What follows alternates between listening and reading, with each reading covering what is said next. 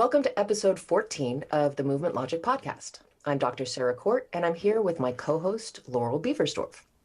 Today, we're talking about burnout. What is burnout? How do we avoid it? What do we do when it happens? How do we know that it's happening? And why do we see so much of it in the yoga and movement teacher world? And Laurel and I are, as always, coming at this from different perspectives. I am a physical therapist. Laurel is a strength coach and yoga teacher. But we tend to have sort of similar, but like complementary opinions about a lot of things. So we, as always, we haven't scripted this conversation. We picked a topic and got excited about it. But we've never had this conversation before. It's really just the two of us thinking out loud, bouncing ideas off of each other. And sometimes I think that's when the greatest kind of brain nuggets come out. Ooh. Kerplop. So, yeah, kerplop. That's the sound of my one brain nugget per day. I say one smart thing per day. And it goes Hopefully. kerplop out of my mouth. And then I'm like, oh, thank God, now I can go take a nap. I don't have to think anymore. I feel lighter now. Exactly. All right, so burnout. Let's define what burnout is. What is burnout? And I made myself laugh when I was making my notes for this because I was thinking about every school paper anyone ever writes that starts with Webster's Dictionary defines. This is how we do it here. Yeah.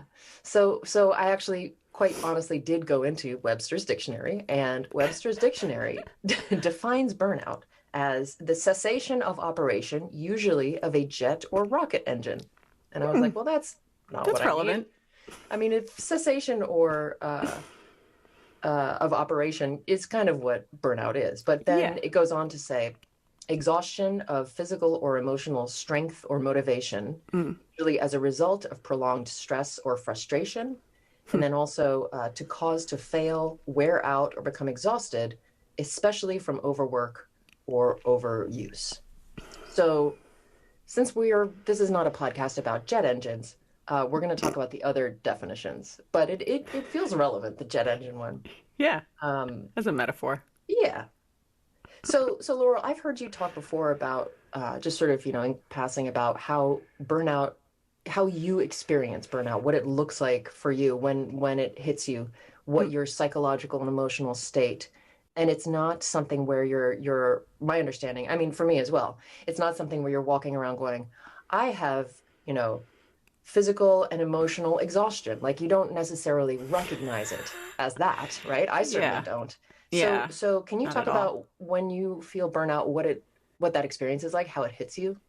Yeah, it usually takes me a while to figure it out. Like you said, like I'm not just walking around like I am present with my experience right now, and it is physical and emotional exhaustion. It's more like I start to become bored, and I was thinking about like boredom and how actually I think boredom is a pretty good thing a lot of the times, and like in some cases when I'm burnt out, what I probably need is more of that good kind of boredom where I'm not scheduled to the hilt and I have some time that is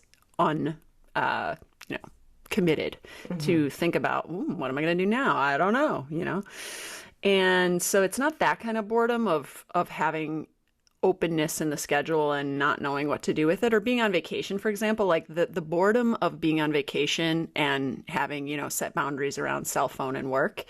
That's a wonderful boredom.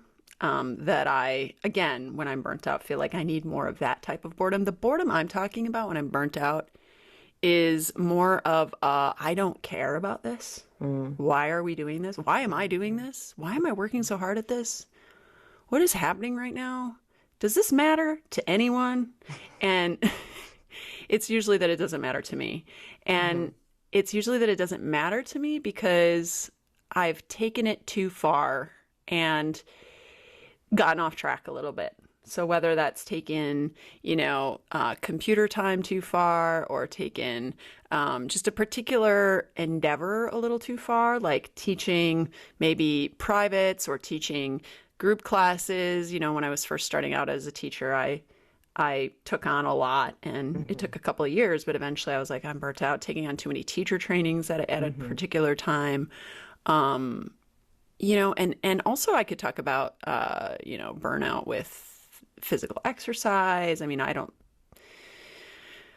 know if I've had the scientific definitions of burnout, which are, non-functional overreaching and overtraining syndrome, but I've definitely gotten to places where like things weren't, I wasn't supporting my body with enough, for example, sleep, or Mm-hmm. I was not eating well to Mm-hmm. sustain the amount of physical activity that I was doing and would have burnout from that.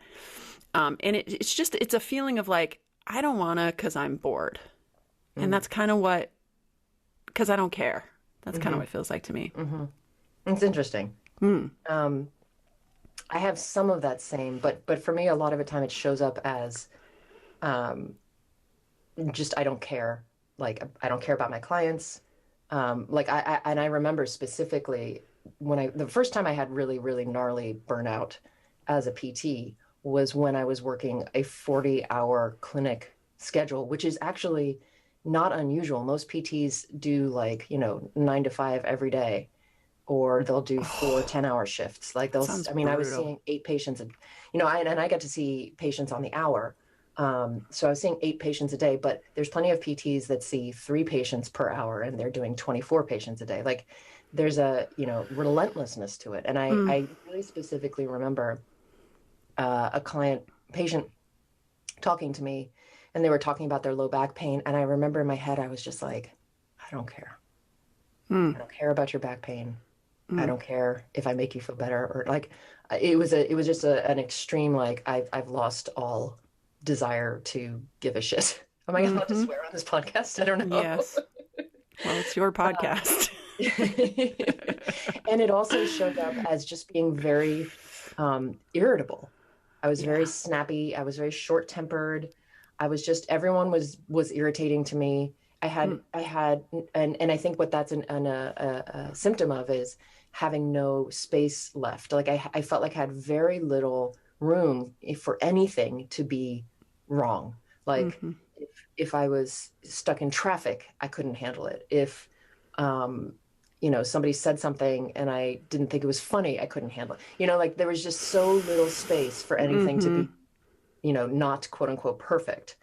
And so those two things, like feeling really irritable and feeling like I wasn't caring about what I was doing. Which, by the way, I love my job. Usually Yeah. I care so much. So the fact that I got to this place where I was literally like, I don't care.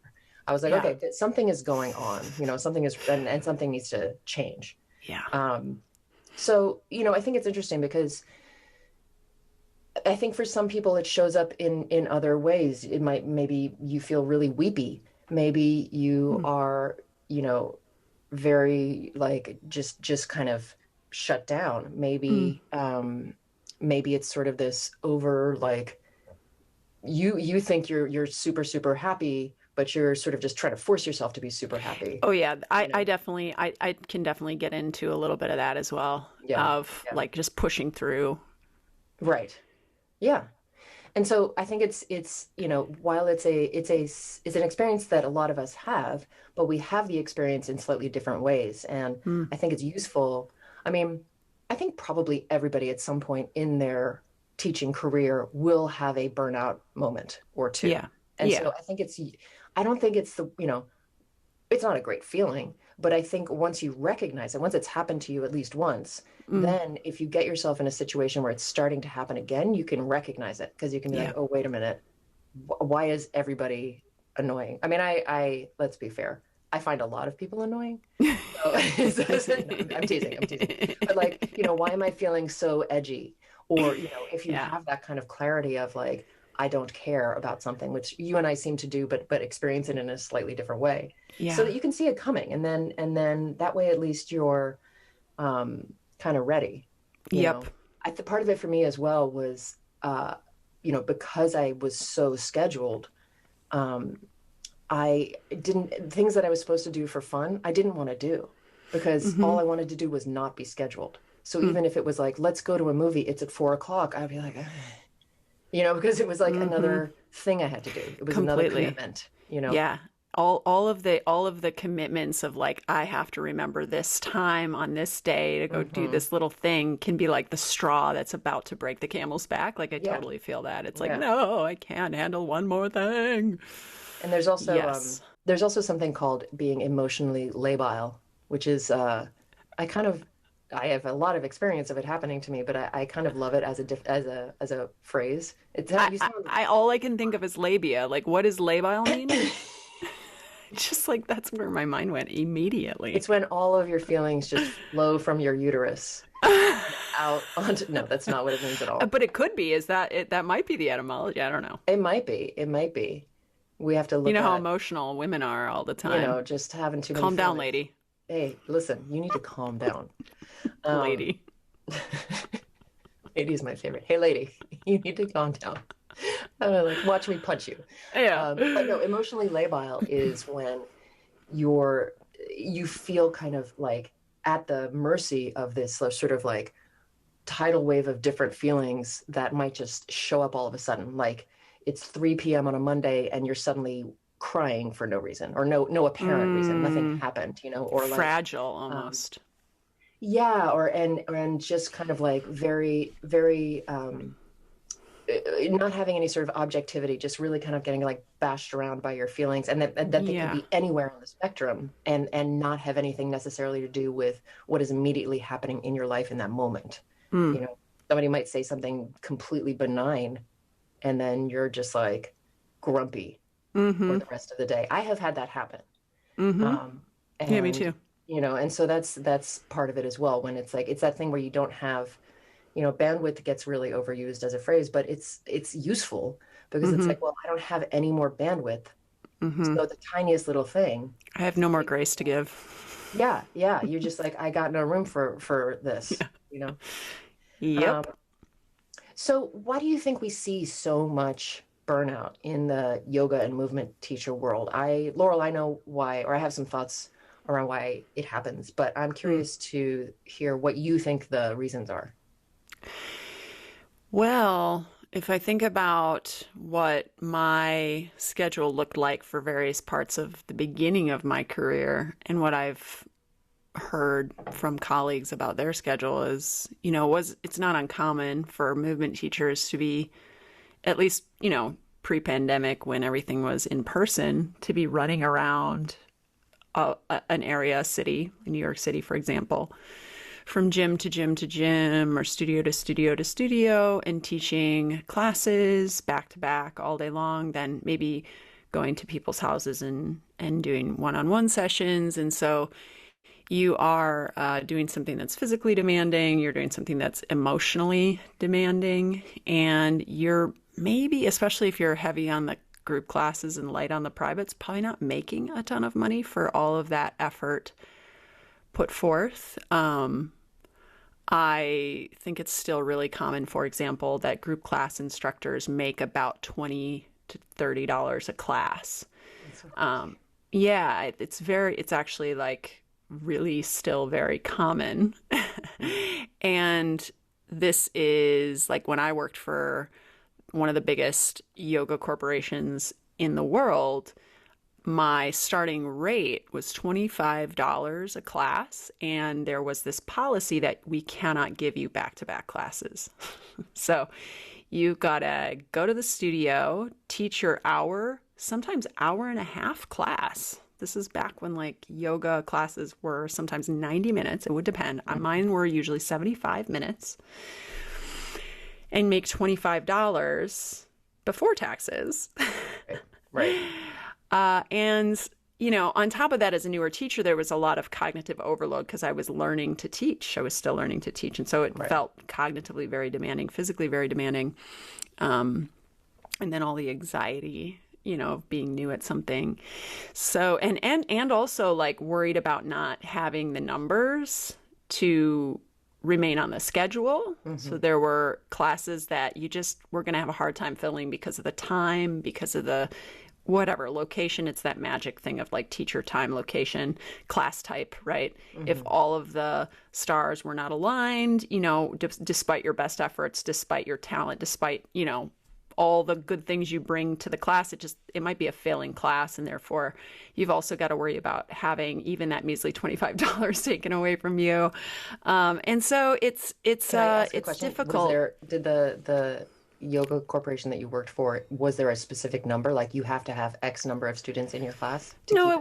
wasn't. It wasn't like that. It was kind of like, they also obviously they understood that it takes time to build classes and that it will ebb and flow. And if you happen to get sick and sub your class out 3 weeks in a row, like that's going to hurt the numbers, but then you build them back up. So they did allow for, there was some grace period and some wiggle room. But after a year, if the class is still not doing well, and look, I get it. Like I think that despite how much we might feel like it's unfair that group class instructors aren't paid fairly, the fact of the matter is, and it's pretty like well known, that operating a gym, operating a yoga studio it's pretty difficult to be in the black as a studio owner, as a gym owner, just like a restaurant. Like the overhead is so high and the rents, especially in places like New York City, are so high that it's actually difficult for the business to survive. And therefore, things like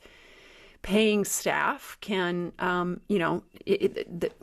there's only so much money, right, coming in, and therefore there can only be so much money going out. Yeah, I don't know the ins and outs of, and I would never ever want to run a brick and mortar studio, but I have a lot of empathy actually, and whatnot for people who do take on that business risk, and understand that, like, when you're signing up to be a group class teacher for a brick and mortar studio, you're signing up to not be paid very much, probably, Right. At least in the United States. So Right. I also did a fair amount of teaching in Dubai, and those teachers in Dubai at the studio that I taught at made very good money. And they were actually quite happy with the amount of money they were paid for their classes. And I'm not sure how that works in Dubai, but Dubai is not United States, right? So, Right. but anyway, yeah, So the moral of the it's story tough. is we all need to move to Dubai. No, No. I don't know No. if I recommend that, but Um, yeah, so a lot of what you're saying is like why people experience burnout is, I had my notes are basically, kind of the same thing. Mm, There is that inherent lack of financial stability mm, when you are an independent contractor, which is mm, someone who goes around and teaches at different studios, right? It's a very different job. My brother worked a job for 20 years where he had a salary and he was there, whatever hours he was there, and he knew exactly what he was making every month and it never changed, or it right. increased when he got a raise, things like that. And it's not that kind of job. No. So I think part of what happens as well because of that is you get that independent contractor mindset of you never say no to work, right? Hmm. You say yes. You say Right. yes to everything because Exactly. you don't know when it's going to show up. You don't know when a class is going to get taken away, or, a private client is going to say, oh, I'm going to Dubai for 3 months or something, Right. and they're not taking you with them, right? Right. So it's there's that habit of just saying yes to everything and then overfilling your schedule and then suddenly being like, oh no, like I Hmm. I think it is it's a habit that I'm trying to break, but it's very hard. Yeah, it And is. I'll look at my day and I'll be like, oh, past Sarah just really screwed future Sarah, who is now today Sarah. What an So, asshole. I I have a know. bad habit of Past looking Laurel forward is in my schedule. such an asshole Yeah. sometimes. She's such a jerk. Oh my Yeah. God. She Why'd you really do just that? screwed poor Sarah. But it's that habit of looking at the calendar, seeing space, and being like, oh, Hmm. I can fill that space, Right. right? I'm That's not a doing space that I can fill. anything. And then Right. not, yeah, yeah. And then, it's easy to get into really bad habits of not just like planning filling your schedule, but just any moment that you have that you've got some free time, Mm. putting work in it, Yep. as opposed to letting it just be like my current bad habit that I'm trying to break is I wake up in the morning very early. Uh-huh. I get my coffee and then I get back into bed with my laptop and I Uh-huh. start working for Yeah. like 2 hours Yeah. and then go to work and do Yeah. like go to the clinic for a half day and then maybe see some Yeah. privates in the afternoon. So my work Ugh. day was starting like the second I woke up. Mm. And I realized that was a habit that was not, was not giving me any space to regenerate, right? There's no Right. time to kind of refill your own cup. But what's hard about it is there's always something that you could be doing, Right. and you and I both do a fair amount of work online. You do all of your work online at this point, right? Or most Mm-hmm. of it, not all of it. No, no, all. But like, yeah, so Right now, so it's all. Yeah. there's yeah, yeah. So there's always something. There's always an email that you could be prepping. There's always a social media post. There's always planning a class. There's never nothing, right? Yeah. It's never like, oh, I got to the end of my list. The list is just so Yeah. I had to start to really train myself how to deal with that. Uh-huh. And I'm gonna talk about that in a little bit, but Yeah. and then also it's a very physically, another reason, like you said, that people get burnout. It's a very physically demanding job. Yeah. Yeah. And it it's something where it's like, I remember when I used to teach, when I lived in New York and I would teach, group classes and privates and things, I would get to the end of the day and people would be like, hey, do you want to like go out? And I'd be like, no, Mm-hmm. because I have I don't no want to energy. walk. Yeah. I want I'm to lie down on the tired. couch. Yeah. I've been talking. This is the other thing that people Yeah. I've don't been realize, I talking. think. I Yeah. remember when people used to say, oh, you're a yoga teacher, that must be so relaxing. And I'd be like, Yeah. So because ironic, it's right? not, Yeah. you are, it's physically tiring and you're talking like Mm. all the time. Yeah. It's not a job. I would get like, and the same with when I'm in the clinic, it's not the kind of job where, when you're doing your work, you're doing your work. You Mm. can't be like, oh, I'm going to go on BuzzFeed and look at this listicle of like 5 pictures of Channing Tatum that are hot or something like, and it's not one of those jobs where you're like, oh, I do my little project and then, then I goof off for a minute. And, like when you're working, there's nothing else that you can be doing in that Yeah. hour, right? And it's So yeah, it's so it's demanding. it's you're talking, you're maybe demoing, you're moving around, Hmm. you're taking on like what you're getting from your students, whatever that might be. Right, And right. and then also on top of that, you're having to be 100% focused and present in the moment Yes. for the entire duration of the class. That's what really Yeah. struck me when I first started teaching was how actually demanding it was from a focus standpoint of like, Hmm. oh, this is because I went to acting school and spent quite a bit of time on stage where, you have your lines memorized and you have to be present and in the moment because that's really where the art comes alive in acting. But with yoga teaching, it's that plus now this is all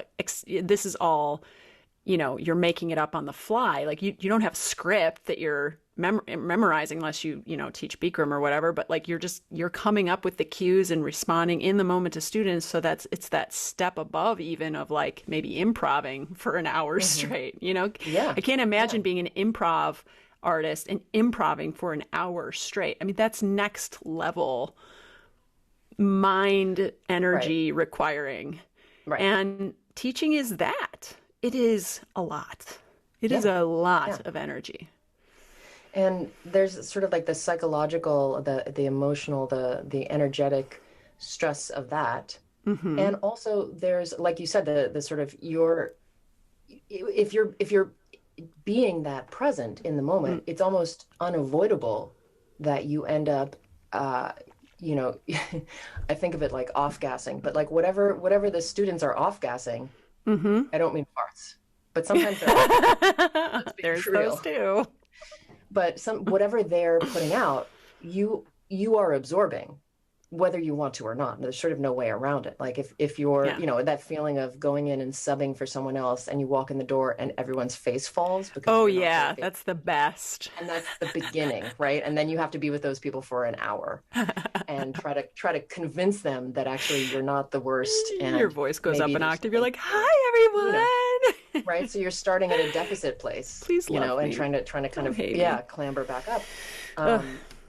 As a clinician in the PT world, there is I have learned how to, because you really have to not take on the psychological burden of my clients' Mm-hmm. pain or their Mm. emotional state or their psychological state. Mm. I might be thinking about a client and like, oh, I should try this thing with them next time I see them, but that's basically where it ends because it has to, because Right. I can't, you know, the story, when you're working with people that are coming to you that are injured or in pain or they have chronic pain or they had a Mm-hmm. terrible car accident, 5 years ago, or all of those things, it's heavy. It's really heavy. And, um, you really do learn to create sort of boundaries for yourself. I have a neighbor who has Parkinson's disease and is sort of at that point where they really need a lot of help, but they're not, they don't want to take it on. They don't want like a stranger in their house. Like it's not uncommon. And I was talking with my mom about it because I've actually gone over and like physically, helped them when they've fallen and things like that. And, my mom was like, what do we do? And I had to be like, we don't do anything because this person's not my patient. They've been extremely clear about what they want and it's not help. So, Right. but it's that kind of thing where it almost feels cold in a way, but you can't take on everybody, and their needs. And people come to yoga class with that level of need as well, right? Yeah. They've been to a bunch of doctors, none of them have helped them. You made them feel better. Suddenly you are, their savior angel, right? And there's that sort of burden as well. I mean, have you had that experience? Yeah, I get asked questions all the time, even in email form and Instagram DMs, and then in person when I was teaching in person that I am not qualified to answer, that I couldn't possibly answer. I mean, because we're emailing right now about something that, if I were able to help you, if I were going to help you as a movement teacher within the scope of practice that I have, I would actually have to watch you move and like work with you. Right. But yeah, it's pretty amazing how much I'm solicited for, clinical advice that you wouldn't even be able to give, Sarah, because you again would have to see that person, right?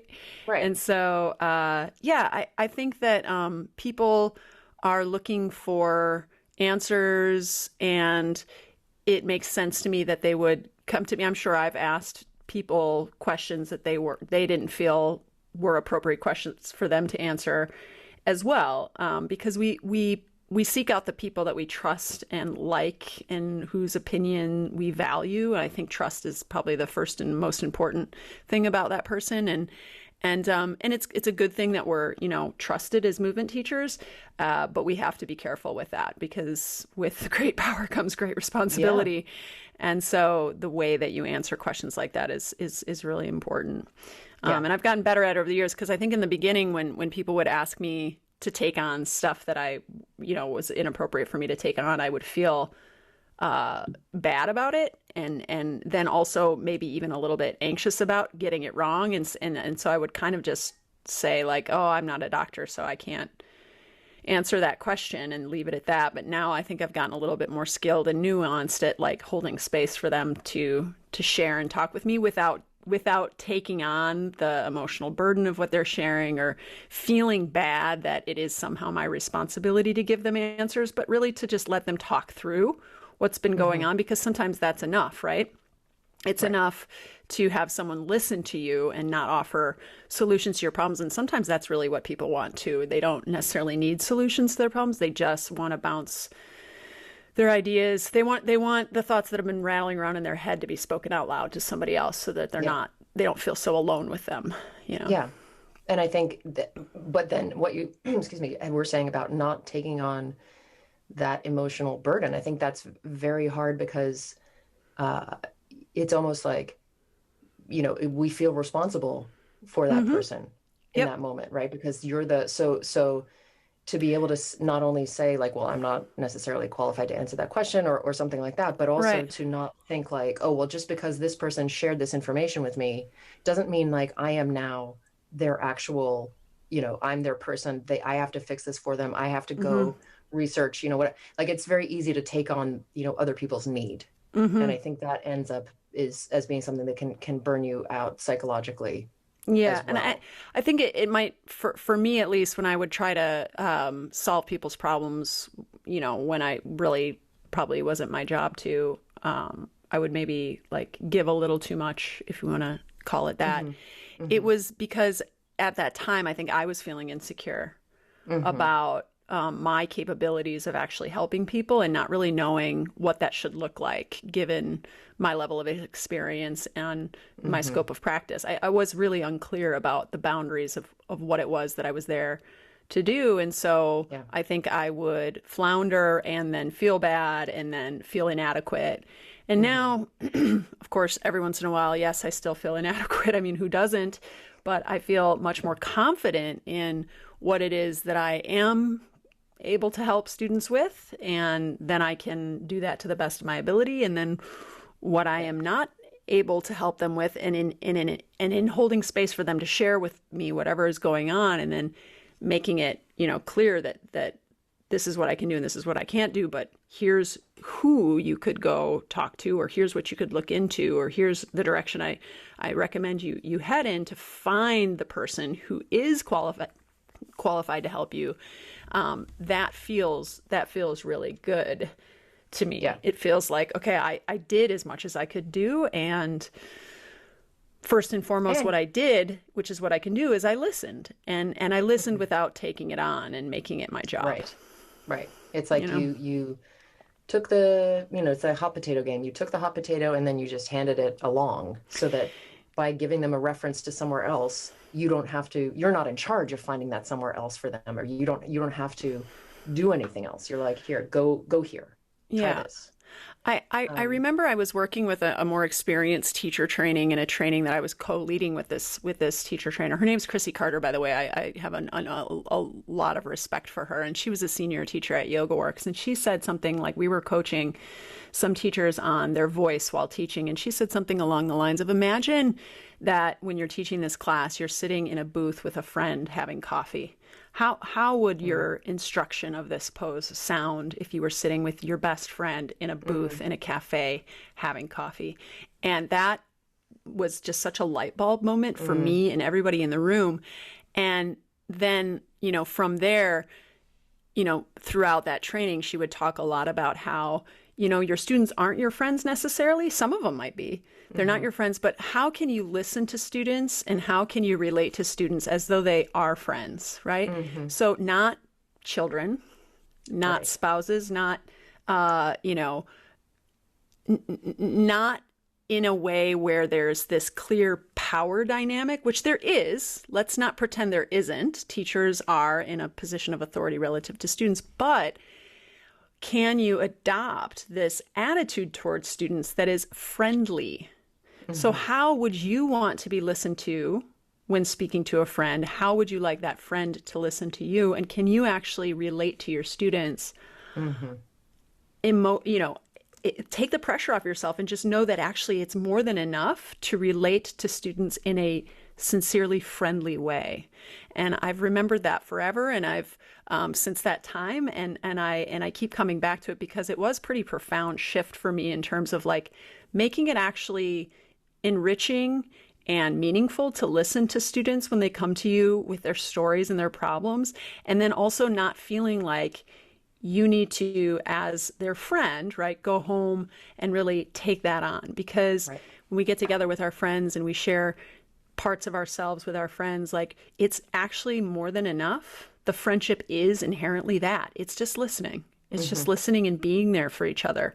And I think we can have that as teachers as well. And that might actually be more cup filling than cup draining then, right? Because we're not putting these unnecessary pressures on ourselves to be more for our students than we can be.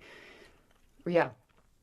And yeah, I think that's an amazing, I love that idea of like, you're talking to a friend in a booth, or like your relationship is friendly. Like, I think that's great.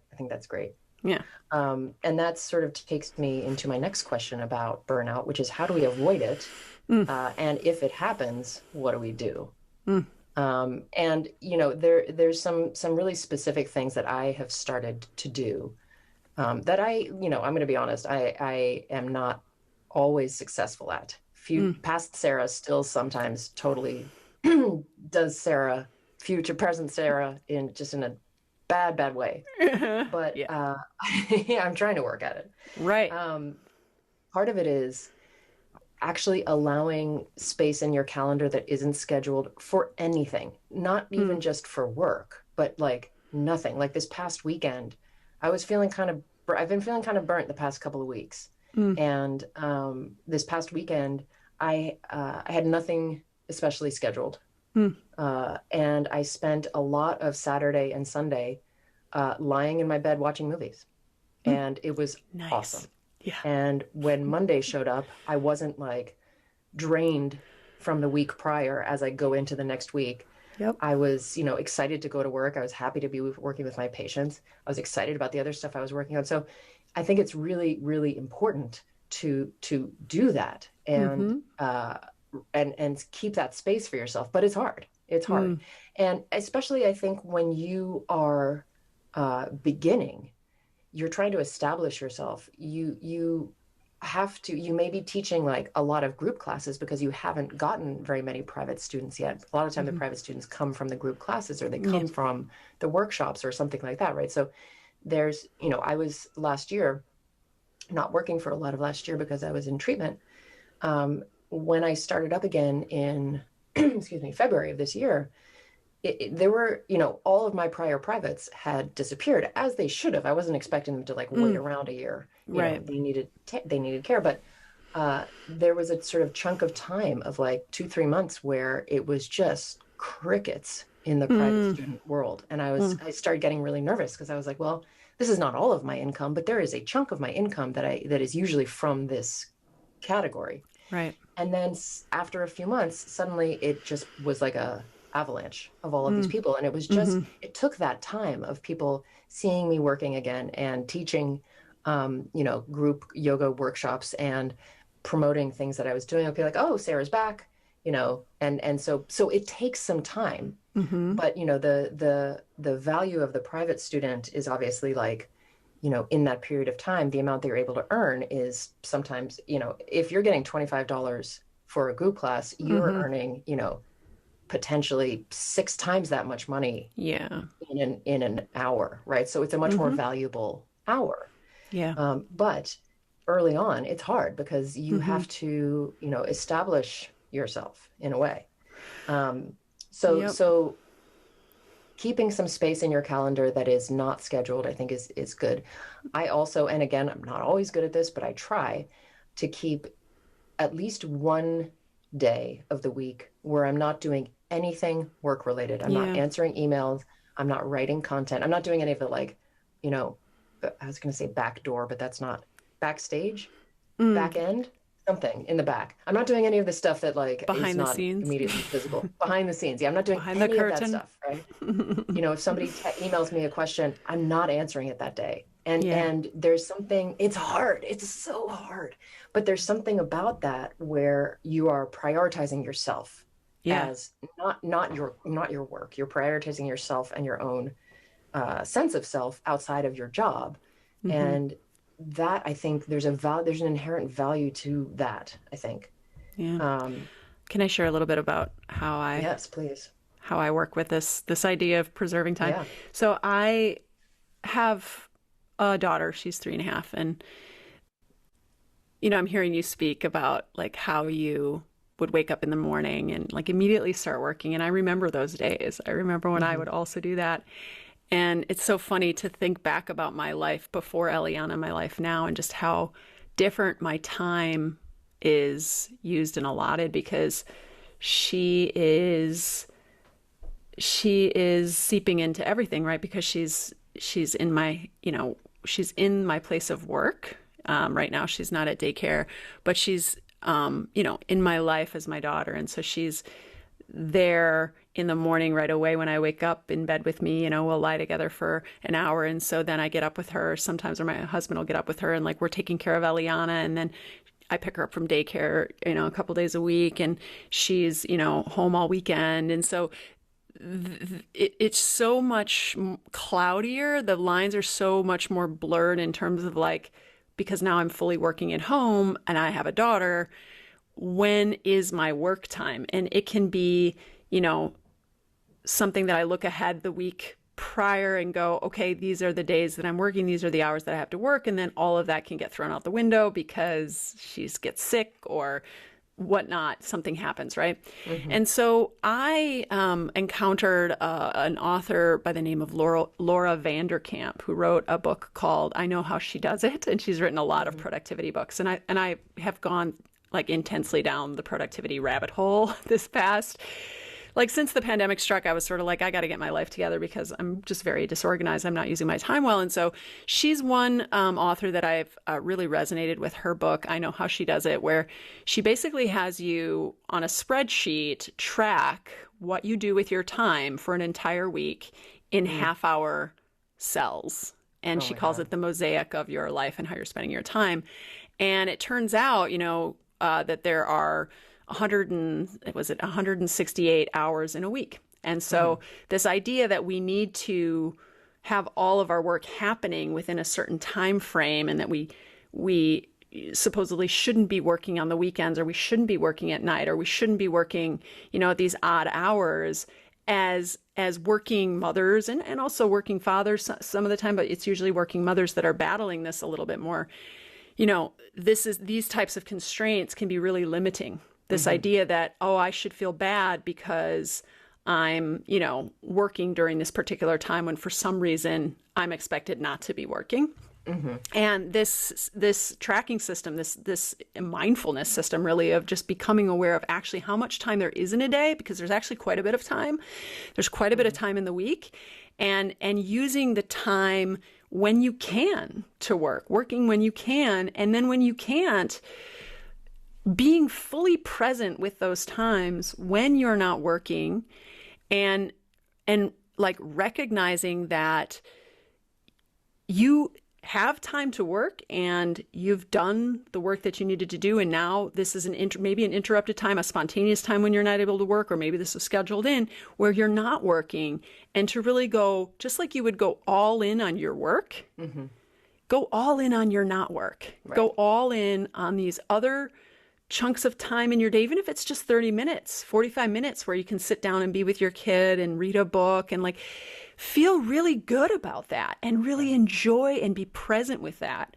And 45 minutes is actually quite a bit of time. You can make pretty profound connections with people in 45 minutes, including your child at, 4 in the afternoon randomly, right? So that book was really paradigm shifting. I do recommend it for anyone, actually. I mean, you don't have to have kids to benefit from that type of mindfulness around how you are using your time and how much time you actually have. And I found that it was just a very, it did what I like to do as a movement teacher, which is that it questioned and helped to decrease the burden of unnecessary beliefs around how we should be doing things, to free me up, I like to free my students up to like take into account like that there are so many more possibilities beyond the stories that you're telling yourself about, what you can and can't do and when you should and shouldn't do things. So it's a great book. That's great. I know how she does it. The show notes. Yeah. I'll stick that in the show notes. Yep. One of the things that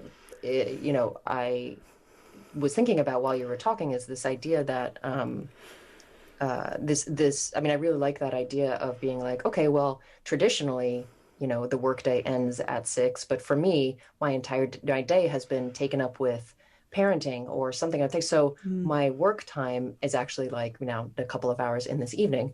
I wonder about a couple of things. I wonder if, I mean, it's like anything taken to the extreme I think it sort of depends on like who's filling in the Excel spreadsheet, because I think it would be easy to be like, oh, well, I'm just, I'm giving myself a 15-hour day because I'm filling every single cell with something. Right. And I think for some people, there is a challenge in going from the work kind of mindset that you're in, and then, yes, you've got this time here where you're going to, relax or be with someone or meet up for dinner or something like that. But if it's sometimes like shorter little chunks of time, I think it can be challenging for people to like switch out of what they're, where they were with that thing. And actually, like I come home from the clinic at the end of the day, and I need a good like half hour at least to kind of just decompress and not be talking to anyone and just be like puttering around. And,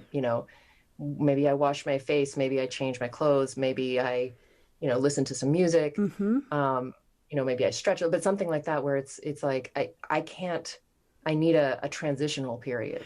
What's funny, between the work and I've always gotten the sense that you're a little bit wiser than me. Like that no, in all honesty, like I do, I know you're laughing hysterically, but no, in all honesty, in all sincerity, I have always gotten the sense that like Sarah really knows herself, and your boundaries have come through to me as being like really solid and like and admirable, and like I learn Thank from you you. on I learn from you in that way. Like you do have like a very to me, from my perspective, clear set of like healthy looking boundaries around work. Thanks. I Okay, try. so you say that I know that I need this buffer when I come home. Well, what's funny, Sarah, is that I didn't know that about myself until I tracked my time on a spreadsheet. Like the tracking of my time on the spreadsheet actually showed me in a way that maybe I need to be able to see that, like, Laurel, you finished, say, recording a podcast, and you were not able to do anything that was cognitively high demand for another 2 hours after that. You needed to spend the next 2 hours going for a walk, you know, and so I started to recognize that there were these almost like high intensity interval training. There were these high intensity cognitive intervals in my day where the work to rest ratio needed to be adjusted, because it would be like 2.5 hours of deep work, which for me can look like recording a podcast. It can look like teaching a live class. It can look like writing a newsletter, writing a blog post, posting on social media sometimes, because that's a fair amount of writing and you know, work. Weirdly exhausting. Yes. And then weirdly exhausting. And then recognizing that, like, oh, I just did 2 hours of work, but it was deep work and it was tiring. And now I'm going to go watch Selling Sunset and eat a burrito. Yes. For like 2 hours. Yes. And then, and I'm going to feel okay about that, because I recognize now that this is the ebb and flow of my energy. This is what's available. Right. And now I've drained myself, and now I need to fill up again. And you know what you know what I realized by doing this spreadsheet? And this is something that Laura Vanderkam makes a point of kind of helping us, you know, discover, I think, is that I don't work as much as I thought. I do not work as much as I thought. Right. Because you might think that you wake up and immediately start working, and then you work straight through until 6 p.m. But how much of the time between 7 a.m. and 6 p.m. are you actually taking these breaks? And do you actually realize you're doing it when you're doing it? And are you enjoying it while it's happening? Or are you just in your mind running on the hamster wheel of everything that you need to do after you take this break, so you actually don't stop working during the break? Right. Because for me, that was what was happening. I would feel like I was working, at least 60 hours a week, right? No, as it turns out, I'm often working less than 40, sometimes 30. Like really working 30 hours a week is a lot of work, by the way. It's a lot of work, by the way. And we don't need to feel like we are the champions of life because we work 60 hours a week. Actually, let's feel like the champions of life when we do really deep, good work for 30 hours a week, and then we really enjoy the time when we're not working. And this is my takeaway from this book. And I have to say, this is one of the better books I've ever read, because it did actually cause me to have this epiphany about myself. Yeah. That I don't think I don't know. I just I'm not Sarah. I don't realize these things about myself. I'm just like running around and like working and feeling overworked, and then I sit down and I do this spreadsheet and I'm like, wait, I'm not actually even working that much. Whoa. Well, let me say What? this. I'm not the thank you, first of all, for thinking that I'm wise. But it usually comes, it doesn't come inherently to me. It comes because of sometimes I yelled at someone and then realized I felt bad about yelling at someone and I had no reason to yell at them. And it was actually because it was during that decompression time when I really can't do anything. Yeah. And I then had to go around and actually apologize and then recognize, okay, well, I don't want to do that again. So clearly I need this time when literally nobody says anything to me. Yeah. So it's usually whatever wisdom I might have is usually comes from giant screw ups. Yeah. And then trying to learn from it. Yep, me too. But what I was going to, oh wait, I was going to say something else. Oh, what was I going to say? Oh, that sucks. Well, hopefully it'll come back at some point. Yeah. So allowing, this is what I was going to say. There we go. Sometimes it just takes a minute. Recognizing, what you're talking about is that sort of deep work one of the things that I had to do was recognize what time of the day am I most capable of doing that kind of deep work and Mm-hmm. scheduling it for then. So for me, didn't used to be this way, but I am now kind of an early bird. I get up Mm-hmm. and my freshest, smartest thoughts, my top shelf thoughts are usually Yeah, top before shelf 4 thoughts. p.m., right? I like that. Not the well thoughts, but the top shelf thoughts, Top shelf they're thoughts. they're usually I have very little before. experience drinking anything off the top shelves. Oh, believe me neither. Um, but so they're usually in the morning. So I've learned that I shouldn't schedule like something where I have to teach and have to think a lot at like Mm, 4 p.m. because mm, it's going to be harder. It's not that I can't do it, mm-hmm. but it's going to require more energetic output from Yeah. me, and I might need more of that, non-thinking time Mm-hmm. afterwards, right? Whereas if I put the stuff that is more demanding in the morning, and then I recognize in the afternoon might be where I just sit down and answer some emails. It's not a particularly effortful thing to Right. do, or Yep. I, go on a hike, or I, do my laundry or do whatever. Then Mm-hmm. I've set up a day where I'm not setting it up a day where the burnout is more likely to happen, right? I'm Yep. setting up a day where I'm less likely to burn out. And then the other thing that I do, and again recognize that like I have the gift of not having children, which means I'm completely in charge of what I do when. But Mm-hmm. I made for myself, and again, this is what works for me. I made a hard stop 6 p.m. So after Mm-hmm. 6 p.m., I do not engage with. I'm not like, oh, let me just write that email real quick or what, Mm-hmm. because the reason why I started doing that is, there's always something to do Mm-hmm. when you work for yourself. There's always something to do. Yeah. And it's so easy to just be like, oh, well, I could do this thing and then I could also do that thing and then that'll Mm-hmm. be done and da da da. And if you stop at 6 p.m., the thing that you have to do will still be there tomorrow. And you'll probably do a better version of it tomorrow, Yeah. and you'll get to experience more of that sort of decompression, downtime, self time that you need. Maybe Mm-hmm. for someone listening to this, it's not 6 p.m., maybe it's 8 p.m. Like for me, something about 6 is like, now it's evening and I am done. But also my Mm-hmm. day starts at like 5 a.m. Yeah. So so that to me is like that's enough time, again, with breaks and whatever in between.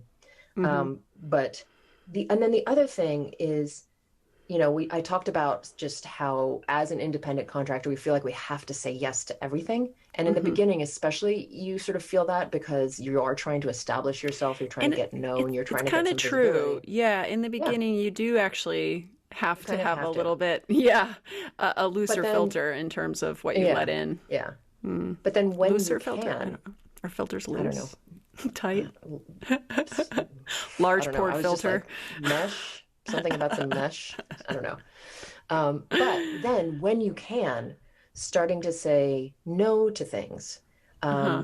that are either that you recognize as like, okay, this is going to be a huge amount of output Yep. for very little return on my Yeah. investment of my Everything is a energy and time. trade-off. Right? Everything is a Yeah. trade-off. And sometimes, I still sometimes do things that are really large output, not a Mm-hmm. ton of immediate return, but Yep. I know that it's going to have an You impact mean like this down the podcast? line. What? No, I love this podcast. I would sit here, Me I would too. I talk to you all day. It's a lot And of energy maybe though, right? it is a lot of energy, but it's fun. It's fun energy. It For me, it's is. fun energy. It's 100% fun, and Um, that to me is actually what's in it for me. yeah. The other thing is, you do get a lot of the time early on people being like, oh, will you come teach this free class for my, blah, blah, blah group? And it's great exposure or something, Oh yeah, that. And again, sometimes you need a bit of exposure, but Mm-hmm. eventually, like after a while, I started saying no to free things. Mm, Not because I was a huge jerk, although maybe mm, maybe that is partly why, you know, but because it was because I didn't want to, right? Like sometimes you can just be like, I don't want to do that. mm-hmm. And that's a great place to get to when you get to make choices for your life that are not always like, I should. This I is something I think should do. I think for a while I was listening to Oprah's podcast because I was finding like some of her interviews were really interesting, and Oprah is just a fascinating, person, and She said, like it was sort of like this litmus test for whether or not you should take something on or whether or not you should stop doing something, which was like 3 checks. Check, how do you feel before you do it? How do you feel while you're doing it?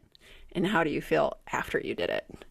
And if 2 of the 3 are, I don't want to do it, or I don't want to do this, or I didn't want to do that, or I don't feel good, it's probably a sign that you should say no, quit it, or, move in a different direction. And that's been really helpful for me. Like when I was first starting out teaching, I would oftentimes before the class not want to teach it because I was anxious. But then while I was teaching it, I was super engaged and like really jazzed up and having fun. And then after I taught it, I felt like this wonderful sense of accomplishment. So 2 of the 3 were there. Right. But I've had the opposite, right? Where like in those moments of burnout where I'm bored and I'm like, who cares? Does this matter? It would be, I don't want to teach the class. I'm teaching the class and I keep looking at the clock like, is it done yet? Can I go home now? And then afterwards, I'm like, thank God that's over. Like, okay, maybe I need to drop that class. Maybe I need to move in a different direction with my teaching. Maybe I need to go take a training and get inspired and learn something and have new ideas about things. So yeah, that litmus test I find was very, very helpful. And I still use it. Yeah. With relationships too. Oh, I like that a lot. This person wants to hang out. Yeah. How do I feel before, during, and after? Absolutely. I mean, and recognizing the people in your life that are emotionally, what would they, there's this great TV Vampiric? show called, yes, Emotional Vampires.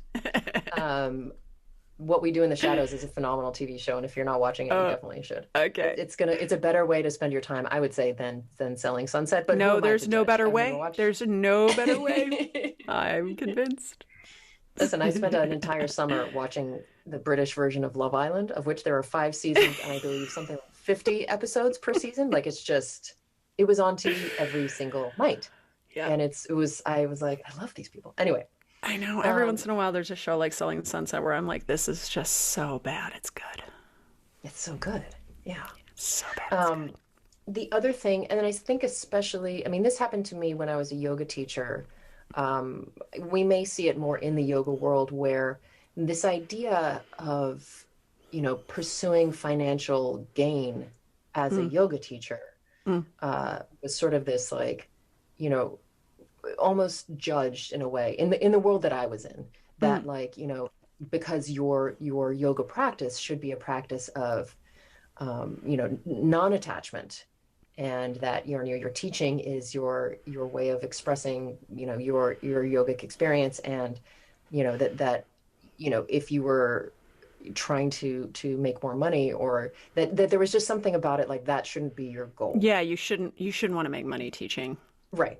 And it's like not a true yoga teacher. Yeah, but then we have to get real and be like, look, yeah, sure, if you're living on an ashram and you don't pay rent, you're a renunciate. Yeah, no problem. You've left your family and all your earthly belongings. Right. Yeah. But you live somewhere expensive, or householders. Just not even that, anywhere. Yeah. You have rent, you have house, your expenses of your life. There's a certain amount of money that you have to make. And so I think understand that, there's nothing wrong with actively pursuing work that is more financially beneficial, like private clients, or like I used to do corporate classes, or you go into a business and do some like, let's unkink your neck for the hour because you've been sitting in front of a computer or something like that. Like there's nothing wrong with actively pursuing that, knowing that ultimately what that's going to do is allow you to liberate some of your own time. So that, and then the other piece of that is huge, and that I sort of more recently I've recognized it for a while, but I've come to kind of really want to make this a big part of my work, is passive income. And so passive income is again, that sort of like a myth. How much of my work, it's a myth? No, it's not a myth. It's not a myth. How much of my work did I put in? And how much is that work now generating for me financially? Yes. So like, the movement logic tutorials that we make, we put a lot of work into making them, but then, as they go on sale, there's no more work happening. Well, right? there's a little bit, but much less. But I mean, Yes, That's what much I mean by less. passive is like, well, there's also no passive stretch because there's a little bit of muscle tone always, unless you're dead. Yeah, yeah. So But there's something. I mean, like there's work or happening, but it just depends on the intensity yeah, level. or there are sometimes, like I just did a course for Yoga U Online and I don't have to do anything else. And Hmm. it will be like evergreen on their site. And who knows what it's going to generate, but I don't have to do anything for It's that, work harder, not um, or work smarter, not harder. smarter, not I harder. almost said work Exactly. harder, not smarter. Not Work smarter. work smarter, not Yeah. harder. Yes, But it's a there are long-term better strategy, returns on your time investment that Exactly. are these Exactly. potentially smarter ways to work. And you Yeah. might want to think about peppering your schedule with creating more of that. Yeah. Exactly. And it is a long-term strategy because usually that passive income happens after a period of actually a lot of active work. Exactly. And a lot of that But active work is yeah, professional and personal development, yeah, yeah, totally. like figuring out who you are and what you want to say. Right, Yeah, I mean right. it is. So, Um, but that's another way as far as like how do we try to avoid burnout is not having all of our work be like an hour of work equals this much money, but hmm but starting to have variety in hmm that way. yeah. Um, Well, one of the beauties of being an independent contractor is you do have multiple bosses and multiple yeah, revenue streams, which makes you much harder to fire. right. You know, Yes, and you it don't makes have it all your less eggs in one catastrophic. basket, and you can Yeah, also have multiple types of revenue streams, as we're discussing. And so, diversifying your revenue portfolio is just smart, right? And so, you yeah, do that yeah. versus you do that via various types of offerings that, yeah, I think as demand well, it would different probably, amounts of time. yeah, like all of this stuff that we're talking about, I just kind of learned it by it happening to me in Yep. a way. And I Yep. think I think it wouldn't hurt a lot of yoga teachers, especially newer teachers, to actually take some sort of business development course or understand these ideas and apply it to their teaching as a way to help avoid that burnout of like, it's just I get an hourly rate and it's every single hour has a, things like that. Like learning how to strategize your career. I certainly never, that wasn't part of my teacher training in Mm-mm. any way, and it really, again, just sort of happened from me realizing and like that moment where I had enough private clients that I was like, oh, you know what? I can let go of this group Mm-hmm. class that I don't enjoy. They don't seem to enjoy me. It's not a huge, portion of my income per month. Mm-hmm. I'm going to get to sleep an extra hour or whatever. Mm. Um, or it's, it's the only thing I'm teaching on that day. And so now Mm-hmm. if I get rid of it, now I have a day where there's no classes Yeah. scheduled, right? And that gets, so things like that, it really, really allows you to diversify. And the other thing too is that when you say no to something, you're saying yes to something else. You might not know what you're saying yes to, but if you've got your day booked out or your week booked out, you can't say yes to anything else. But when you do Right. start to trim away the things that aren't really giving you enough of a return on your energy investment, you open up possibilities for better opportunities. The key is like being able to recognize those good opportunities Hmm. and to when you don't recognize them to be able to say no. I'm going to wait. I'm going to hold this space free until something like, even better comes along. And I think I'm just starting to get the hang of that, to be honest with Yeah, you. I take practice. It just made Takes me think time. of Marie Kondo. It's like you have to Yeah. Marie Kondo your work. Like, Yes. does teaching this class bring me joy? Or And via negativa, my thing which with that, is the stripping with away. that, Via negativa hmm hmm is Talib. What's his name? Okay, we're gonna have to show notes this. He's written a number of books. He wrote about anti-fragility. He's actually a Okay. finance guy and wrote about anti-fragility. And then the movement people took this concept of anti-fragility, anti-fragile, Yeah. resilience is something that is able to be stressed and become more robust as a hmm result of stress, not break hmm in the face of stress. hmm So via negativa is one of his philosophies that he waxes poetical about in his books that are, not written like someone you would expect in finance. Actually, they're pretty hmm interesting. He's a philosopher. Gosh, I can't remember his last name. Geez, his first name is Taleb, or is that it? Yeah. Nassim, Not is it the Nassim Taleb or Taleb Nassim Taleb maybe? So he writes about via negativa, which is Marie Kondoing something. hmm You create via subtraction, right? hmm Like, you can create a garden via the subtraction of weeds, Right. right? To Right. expose the flower. You can create discernible areas on your bookshelf for certain types of literature by taking away certain types of books, right? hmm Like this is the poetry hmm section because I've removed the history books, right? Right. Via negativa, I think via negativa, especially in a capitalist world where more is always better, and we say yes to everything because more is better. That adopting this mindset and this approach of via negativa might be really Yeah. life changing. Yeah.